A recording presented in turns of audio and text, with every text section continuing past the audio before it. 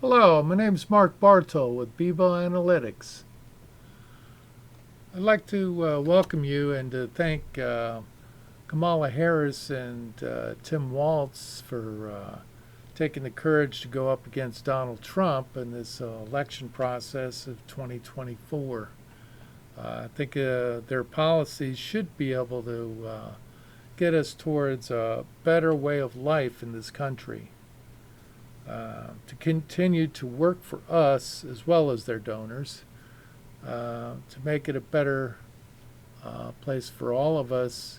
We need to keep pushing the politicians to do what we want, and minimum wage increases and family leave are pretty popular policies, and a good example of pushing and things getting eventually done for us. Minimum wages went up because of Bernie Sanders talking about it for a long time, and eventually it caught on because it became a pretty popular thing, and it got a lot of people out of poverty wages, and also brings in a lot of tax revenue. And surprisingly enough, even Republicans thought, that's actually not such a bad idea.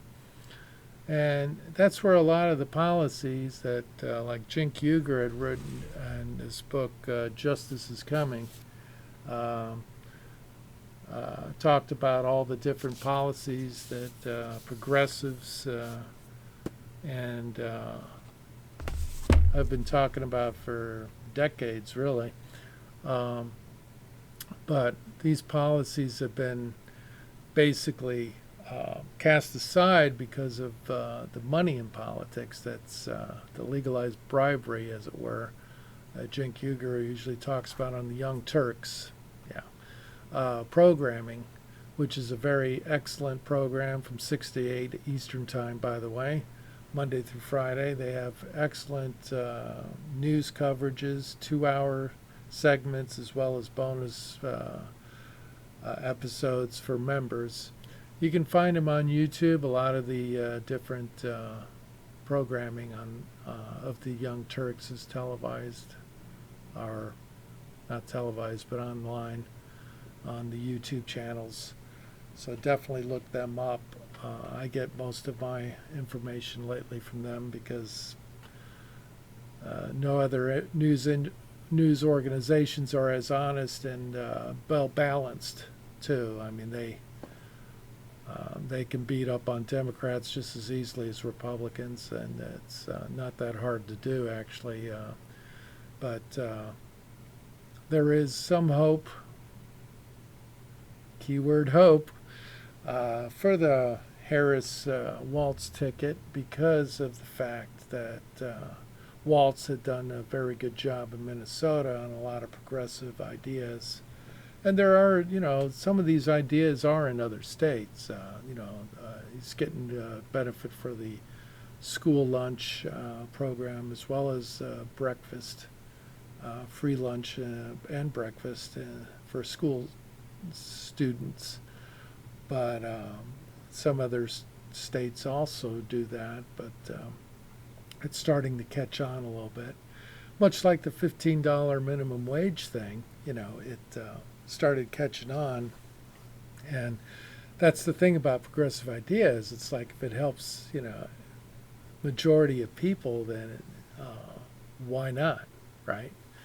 And but on the, not to get too political, but Republicans don't seem to ever really talk too much about policy. They pretty much just name call everyone around. They just say what a bad job you did, how bad policies are, like ACA is so terrible, and so on and so forth, but they never give specifics or, what would make it better. They just don't really have any solutions.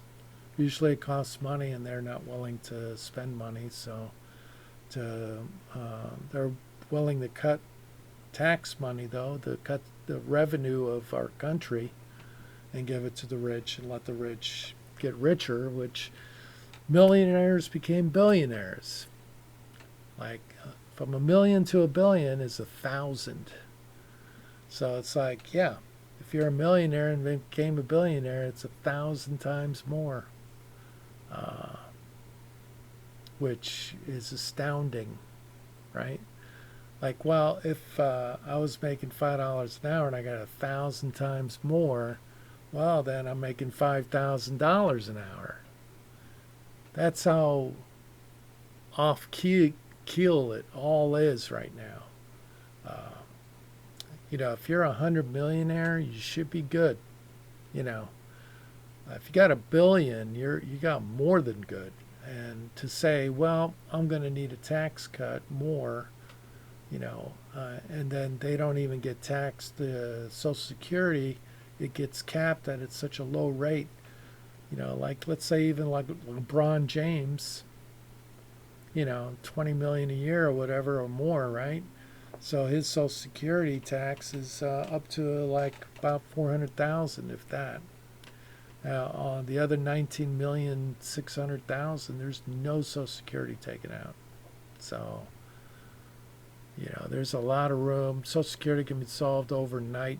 It's payroll deducted, you know. But I think both sides know all this anyway. They're not. Look, Trump talks about, oh, it's going to be a depression or something. In 2008, very good chance it could have been depression. COVID, very good chance it could have been depression, right? Never happened. Why? Because Social Security checks go out every month. And that's why. Last time we had the Great Depression was the Great Depression. You know what? There was no Social Security. So, as long as there's this stabilized situation of money being driven in the economy on a regular basis, which, a lot of people look at the stock market, but the stock market is not really, it's more like a matrix. It's not really, it's almost like the Bitcoin stuff, and all that. It's almost a pyramid scheme type thing and everything else. But the reality is people eat and they go to work.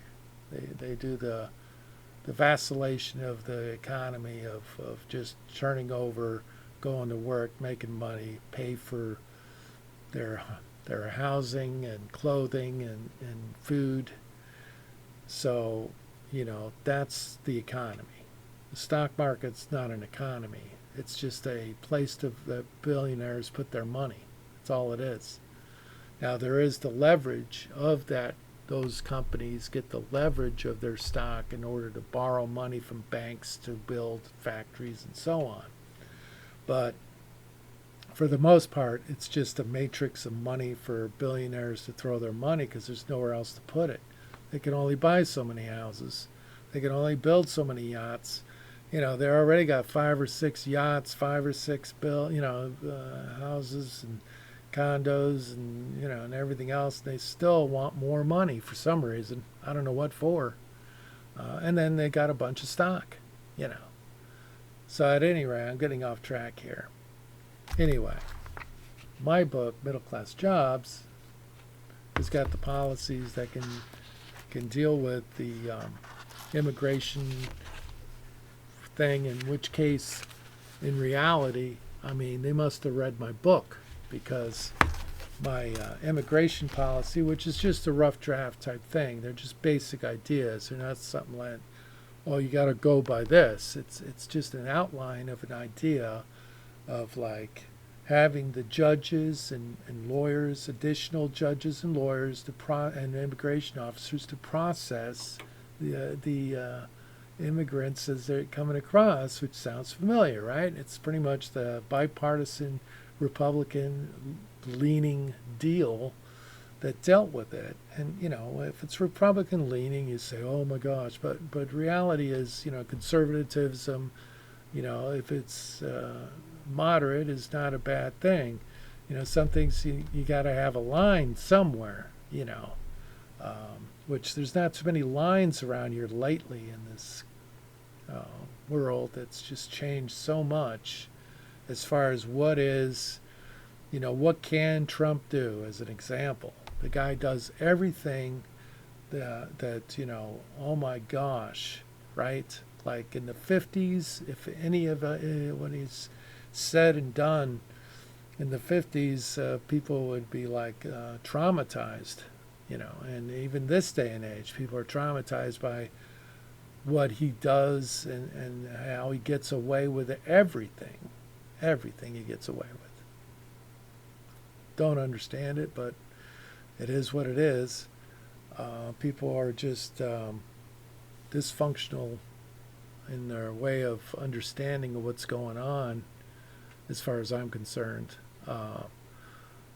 The reality of Trump is much like the movie Idiocracy, of having some champion fighter winds up president of the United States because he's popular, and as far as you know the way society is being run is just haphazardly, without any direction, without any, which you could say, well, that's freedom for you. But,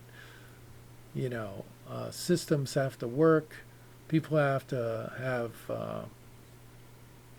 ways to make things run properly and efficiently. And society itself needs to have some kind of moral standard. Otherwise, it is just a 5-year-old's playground forever on everyone. And to just stay a 5-year-old and have a society of 5-year-olds is even worse than Children of the Corn. It just can't function that way. Even cavemen had some kind of line of, it just doesn't make any sense the way things have become. And really, it's the media and their embracing of just trying to make things so crazy to try and get clicks on the internet or to get viewers. They just say the craziest things and follow Trump's lead of saying, oh yeah, whatever, Democrats are going to take all your guns from you. It's like, it's crazy. There's absolutely no way they could ever be able to do it. There's so many guns in this country. Every man, woman, and child can have 3 or 4. I mean, it's not a matter of we want to, I say we. It's not a matter of taking guns.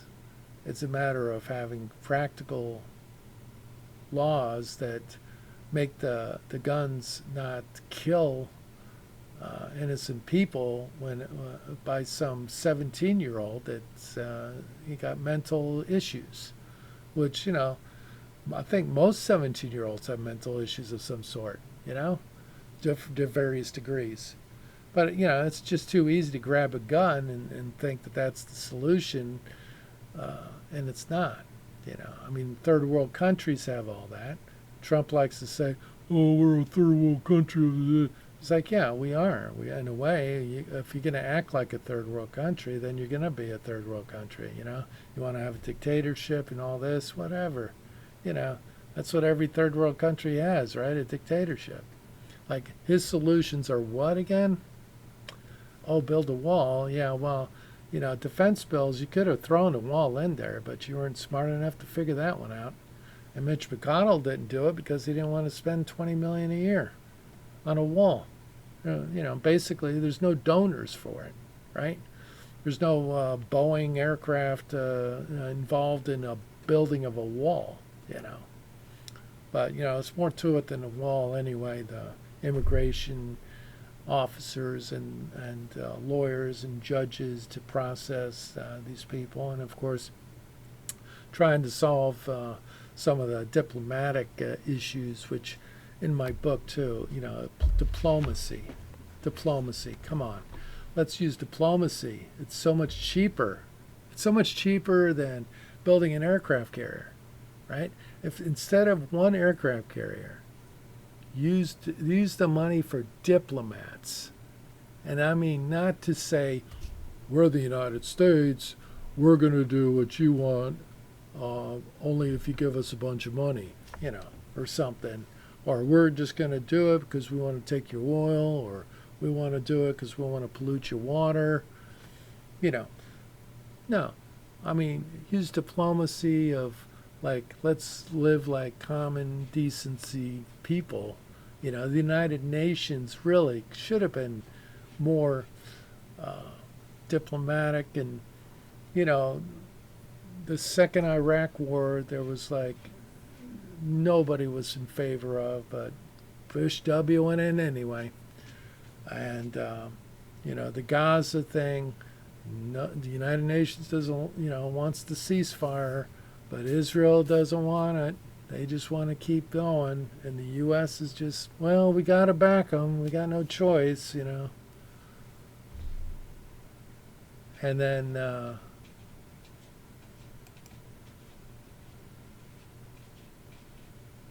what happened?